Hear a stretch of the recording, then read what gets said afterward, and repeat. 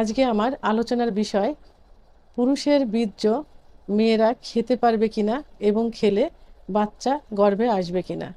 আমাদের আগে জানতে হবে আসলে বীর্যটা কি।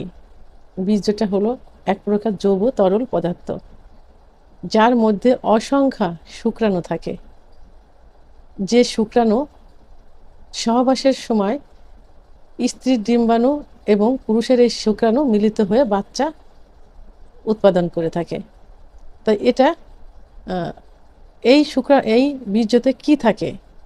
এই বীর্যতে পর্যাপ্ত পরিমাণে শুক্রাণু সহ জিঙ্ক, ম্যাগনেসিয়াম, পটাশিয়াম, ফ্রুক্টোজ থাকে, যা স্কিনের বা ত্বকের জন্য খুবই কার্যকারী উপাদান।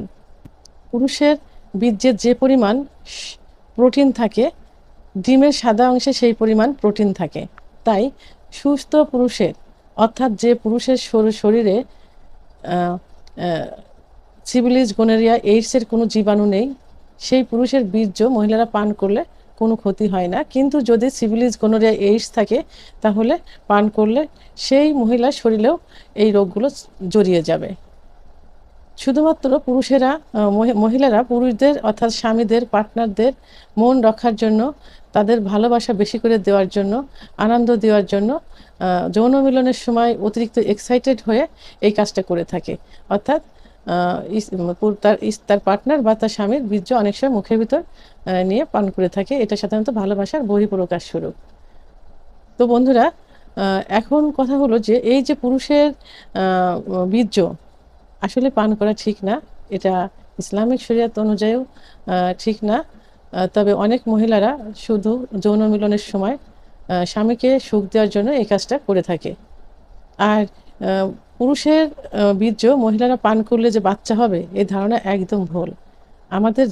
আমরা সবাই জানি এবং আমাদের জানতে হবে যে শুধুমাত্র যৌন মিলনের সময়, তাও নির্দিষ্ট একটা সময়ে তার তার স্বামীর বীর্য এবং তার ডিম্বাণু একত্রিত হয়ে বাচ্চা উৎপাদন করে। সেহেতু পান করলে কখনোই বাচ্চা উৎপাদন হবে না, কারণ এটা কোথায় যাচ্ছে? এটা স্টোমাক অর্থাৎ পাকস্থলীতে যাচ্ছে, আর পাকস্থলীতে কখনো তার ডিম্বাণু আসার কোনো ওয়ে নেই বা পথ নেই, সেহেতু কখনোই বাচ্চা হবে না।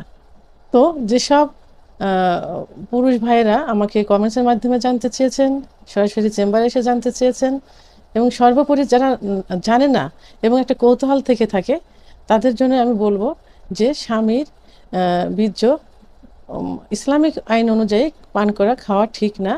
তবে স্বামীকে আনন্দ দেওয়ার জন্য, স্বামীর মন রক্ষা করার জন্য কখনো কখনো এটা মেয়েরা করে থাকে, স্বামীর মন রক্ষা করার জন্য। কারণ অধিকাংশ স্বামী পছন্দ করে যে বীর্যপাত হয়ে যাওয়ার পর তার স্ত্রীর মুখে কিছুটা বীর্য দেওয়া। এটা সবার ক্ষেত্রে না, সবাই এটা করে না। আর তাদের যে ধারণাটা যে মুখের ভিতর বীর্যপাত করলে, খেয়ে ফেললে স্ত্রীর বা পার্টনারের বাচ্চা হবে, তো এটা কখনোই সম্ভব না। কারণ বাচ্চা হবার ওয়ে বা রোড এটা না। বাচ্চা হওয়ার ওয়ে এবং রোড হলো যোনিপথ, যেখান থেকে স্বামী স্ত্রীর ডিম্বাণু এবং শুক্রাণু মিলিত হয়ে বাচ্চা উৎপাদন হয়। তো বন্ধুরা, আমার ভিডিওটি সম্পর্কে যদি কোনো মতামত থেকে থাকে, তাহলে অবশ্যই কমেন্টসের মাধ্যমে জানাবেন। আর ভিডিওটি ভালো লাগলে লাইক, কমেন্ট, সাবস্ক্রাইব